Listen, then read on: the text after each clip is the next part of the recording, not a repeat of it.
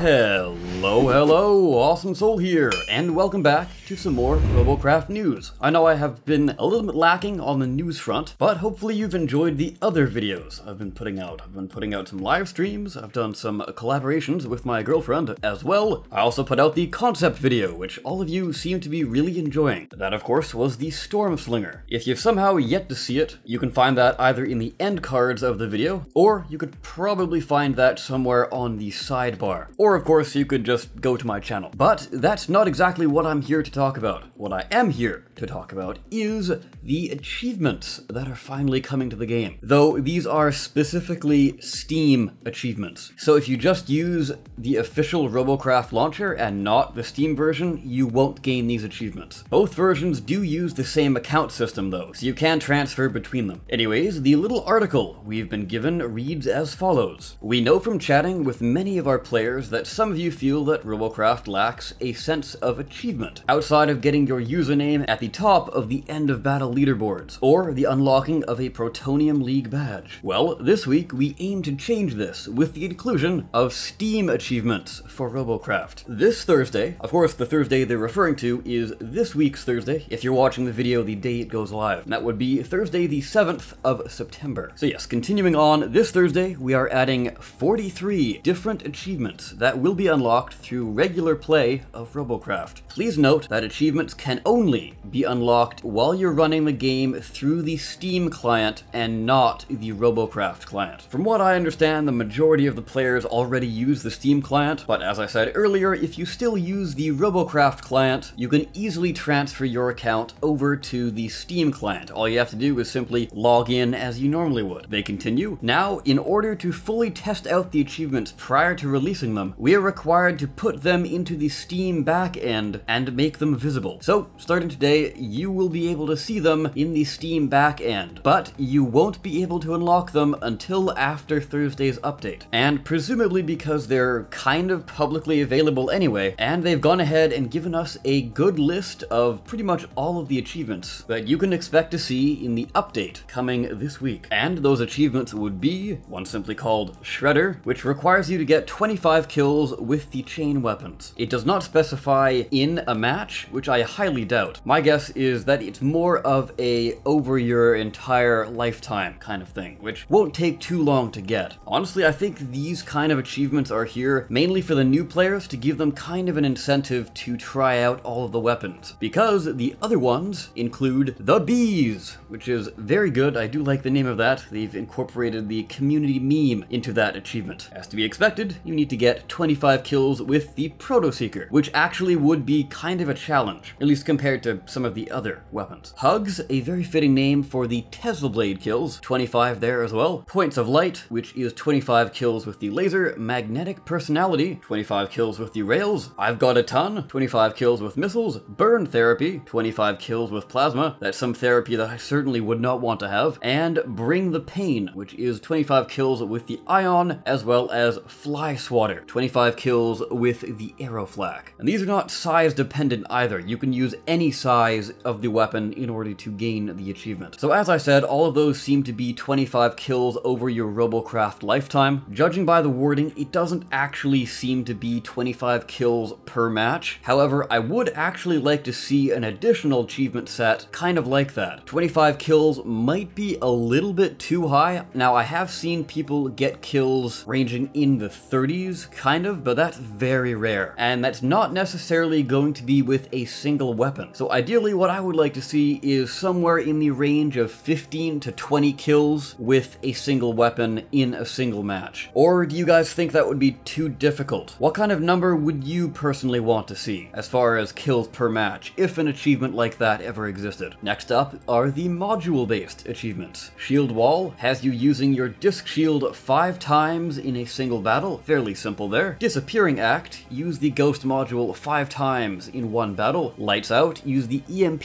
module 5 times per battle. Energize, use the Blink module 5 times in one battle. And Power Up, use the Weapon Energy module 5 times per battle. And finally, Open Window, use the Window Maker module 5 times in one match. All of these are incredibly simple, to be quite honest. Not really a huge amount of challenge there. So as with the previous set, this does seem to be more of an incentive incentive-based achievement, getting new players to try out all of the modules. The next few aren't exactly organized into a proper section, kind of like the other ones have been, but we have Protonium Miner, capture 20 control points. I highly doubt in one match, it probably would have said so if that was the case, so this certainly seems to be a lifetime achievement as well. Next is Party Animal, win 5 battles with a full party. This one isn't too difficult, but for whatever reason, if you have trouble finding the other 4 people in order to fill out your party, I would recommend checking the description of this video. There you will find a link to my personal Discord server, where you can find other like-minded people who enjoy Robocraft and other such games, and all you need to do is simply ask, and I'm sure there will be other people there looking to get the same achievement. The Sneaky Sneaky achievement definitely seems to be a lot more difficult than the other ones I've listed so far. In order to get this one, you need to get a kill with Tesla blades within 2 seconds of decloaking. So you're going to need to pick your targets very carefully. Either aim for the glass cannons on the team, or have a teammate lower the health of a tanky unit and then come in and sweep up the kill at the last second. Surgeon General has you healing an ally at 20% health all the way to 100 health 20 times. Now, this one does actually seem to be somewhat difficult, mainly because if you have a teammate with a very tanky bot, you're probably not going to be able to do that within the 10-second window you have before the auto heal kicks in. And at that point, your healing projectiles will actually start to bounce off your teammate, therefore not giving you this achievement. So similar to the other one, you're going to need to focus your low health and glass cannon builds, rather than the super tanks on your team in order to get this achievement. We also have the League rankings incorporated into the achievement system. There is the Bronze League, Silver League, Gold League, Diamond League, and Protonium League achievements. And as you would gather, all you need to do is earn a Protonium ranking in League if you want the Protonium badge, earn a Diamond ranking in League, so on and so forth. But I guess somewhat luckily, there is no Protonium 5-star achievement, as there is a Protonium 5-star badge, but as to be expected, there are very few players who actually have that. Getting to Protonium is hard enough for some players, so I don't think there needs to be anything higher than that. But anyways, the Hurt Locker achievement is fight your very first ranked battle. A fairly simple one there. Again, though, another incentive to get players to play the different modes in the game. Another simple one is Doctor. All you need to do here is heal an ally at 20% to full health. It's basically the first step in getting your Surgeon General achievement. Mr. Popular has you earn Robits via the CRF 100 times. But not to worry, this says earn Robits via the CRF, not sell your bot 100 times. Because as I'm sure some of you know, you have 9 chances to earn Robits via people buying your bot, due to the fairly recent mastery system. So with up to 9 chances per sale, it's not that daunting. Another CRF related achievement is Power Shopper. Gain mastery level 10